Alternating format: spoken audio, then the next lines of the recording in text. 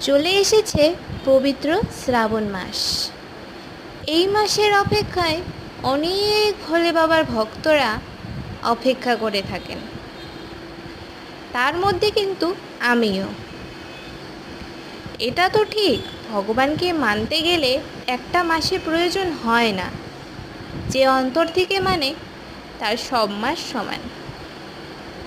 কিন্তু ভোলেনাথের জন্য এই মাসটা অল্প স্পেশাল।